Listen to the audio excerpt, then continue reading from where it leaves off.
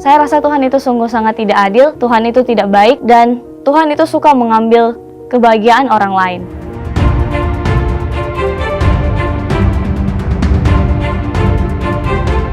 Perkenalkan, nama saya Francisca Bahasa. Saya lahir dan dibesarkan dari keluarga Kristen dan orang tua saya bekerja sebagai hamba Tuhan. Kami hidup dalam pelayanan sejak kecil dan untuk itu kami jadi mencintai pelayanan itu. Saat itu Papa ditugaskan di Sorong dan ada banyak kegiatan yang dibuat. Semuanya berjalan dengan baik, termasuk ada satu KKR yang dilaksanakan dan itu bisa berjalan dengan lancar. Dan bisa dikatakan KKR itu berhasil. Tapi 1 minggu setelahnya, Allah yang kami anggap luar biasa saat itu berubah jadi Allah yang jahat. Oleh karena saat itu Tuhan biarkan mama saya meninggal.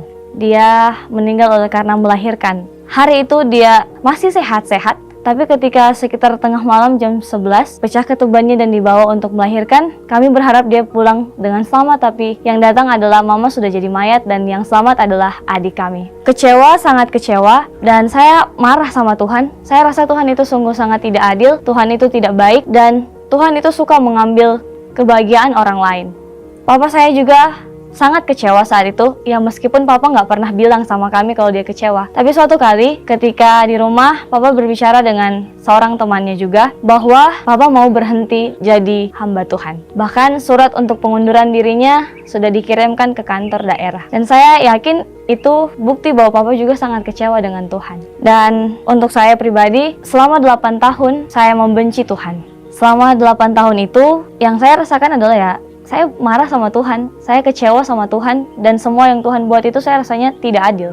Karena sekali lagi, saya rasa Tuhan sudah ambil kebahagiaan terbesar saya, yaitu diambil mama saya. Selama itu saya hidup jadi 2 orang yang berbeda. Di depan papa saya jadi anak yang manis. Tapi di belakang itu, saya menggunakan uang Tuhan dan pakai itu untuk kesenangan pribadi saya pada hari Sabtu. Dan itu saya lakukan dengan sengaja sebagai balasan bahwa karena Tuhan ambil milik saya akan ambil bagian Tuhan. Sampai juga pada satu ketika saya rasa tidak ada lagi jalan keluar selain mengakhiri segala sesuatunya. Saya coba untuk mengkonsumsi beberapa obat supaya saya bisa overdosis. Saya bisa selesaikan segala masalah yang ada. Saya coba minum itu, tapi sayangnya keinginan saya tidak tercapai. Tuhan masih biarkan saya hidup. Dan saat itu saya semakin membenci Tuhan. Saya benci Tuhan, kenapa Tuhan masih izinkan saya untuk terus hidup, sedangkan Tuhan jahat kepada saya.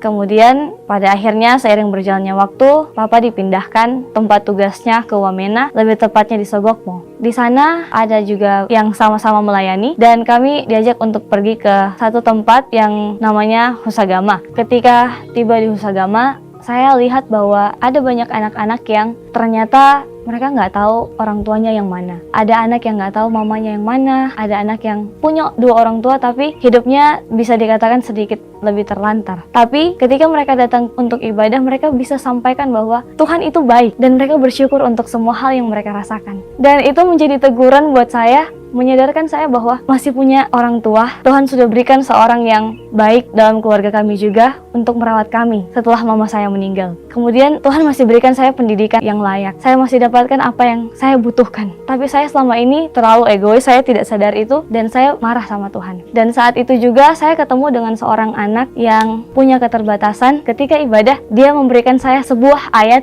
yang menguatkan saya saat itu. Dan ayat itu terdapat di dalam Ayub 23 ayat 10 yang berbunyi, karena ia tahu jalan hidupku, sekalipun ia menguji aku akan timbul seperti emas. Ayat ini membuat saya tertegur dan anak ini juga membuat saya tertegur bahwa ya dia bisa bersyukur dengan keadaan yang dia alami saat itu. Dan mulai saat itu saya akhirnya berdamai dengan diri saya sendiri, saya akhirnya berdamai dengan masa lalu dan saya berdamai dengan Tuhan. Jadi sejak saat itu saya memilih untuk melayani Tuhan, saya memilih untuk mau menjadi seorang misioneri. Dan saya datang ke kampus ini, ke kampus 1000 Misioneri Indonesia, khususnya di daerah Medan, tempatnya di Tongging. Ya, saya telah melayani selama 1 tahun dan tetap melayani sampai hari ini.